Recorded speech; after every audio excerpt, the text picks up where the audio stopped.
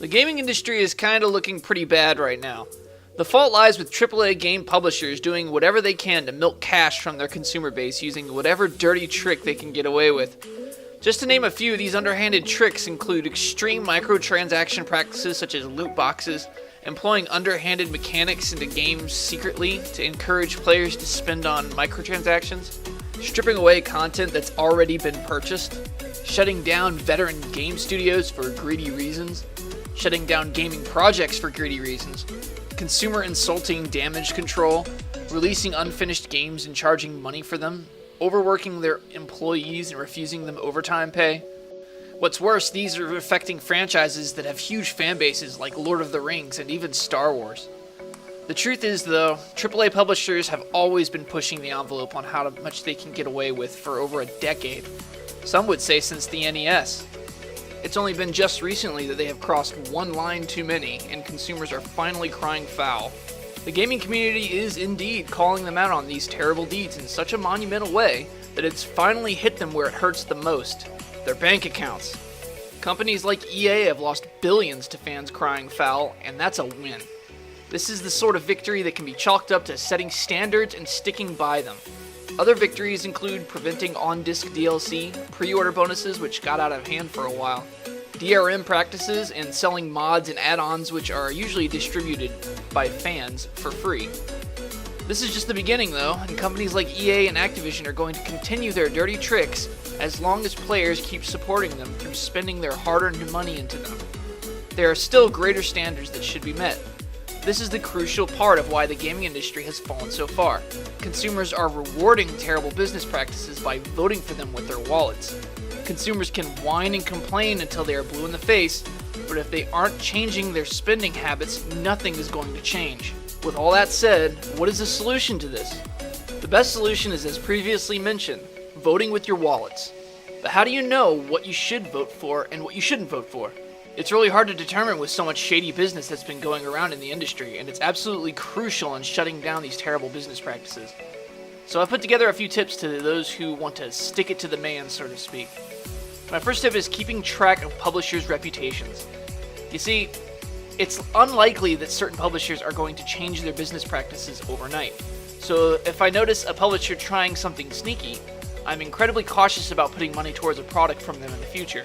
If EA has a continuous reputation of putting loot boxes in already premium priced games, I'm going to wait a week after their new game comes out, listen to feedback and players and friends who have the game, and I can make a more educated decision on whether or not I want to put $60 down to purchase the game, or if I want to just rent it and enjoy it without giving up that amount of money to the publisher, or more importantly, to the practice employed in that new title. Keep in mind that I'm not insisting an entire boycott on a developer or a publisher. I'm only recommending being more cautious about when and how you put money on games from them. My second tip is always buy new games and never pre-owned games. Spending a few extra dollars less is not worth it. This was a much bigger issue during the era of terrible pre-order bonuses, but these sorts of issues could resurface at any time, so it's a good idea to keep them buried. The reason why you purchase new instead of pre-owned is because the vast majority of your money goes to the publisher and the developer when you buy new, instead of the seller, such as GameStop or Best Buy. This is important for reasons that I'm not going to get into in this video, but let's just say it's important to reward developers for their hard work. My third tip is research DLC before you pick it up, and never purchase season passes. I'm not going to say don't buy any DLC, although some developer-publisher combos make me want to suggest that. The Witcher 3 comes to mind as a good example of DLC done right. All it takes is a Google search on any DLC to be more informed on your purchase. Too many DLC packs come out with negligible amounts of content for upwards of $20 to $30 or more. Never buy season passes. I can't say it enough. We have seen plenty of issues with them recently, and it's going to get worse as long as people buy them. It goes with the typical issue of putting money on something you have no idea what you're buying. Just don't do it.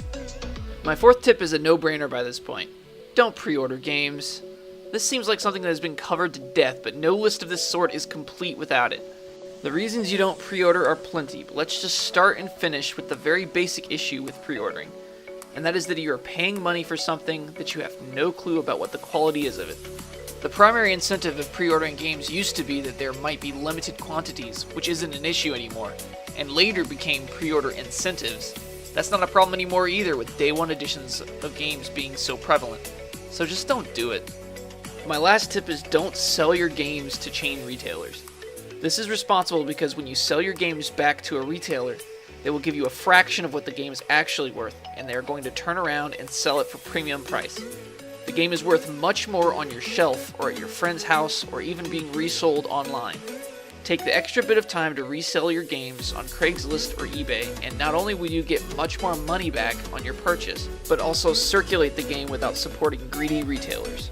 I realize that if everybody did this, then companies like GameStop, which fuel the gaming industry, undoubtedly would go under.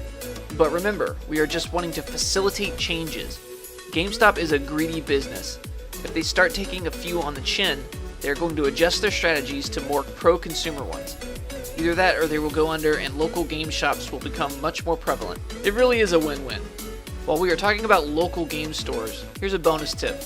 Google up local game shops and purchase from your local stores instead of chains.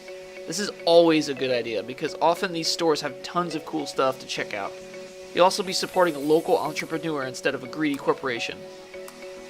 Obviously, everybody is free to enjoy gaming as a hobby in whatever way they wish. If they enjoy things like loot boxes in their games, by all means go crazy. This video goes out to those who are tired of seeing these sorts of greedy tactics in their hobby and want to help facilitate changes. Because calling out these tactics on Reddit is only step one. It's money that is the real factor that matters. There are many other tips I could give on how to spend your money to discourage greedy corporate nonsense and keep your money in your pocket, but I like to keep these videos short, so if you want to hear more tips, then be sure to subscribe to this channel and remember to game responsibly.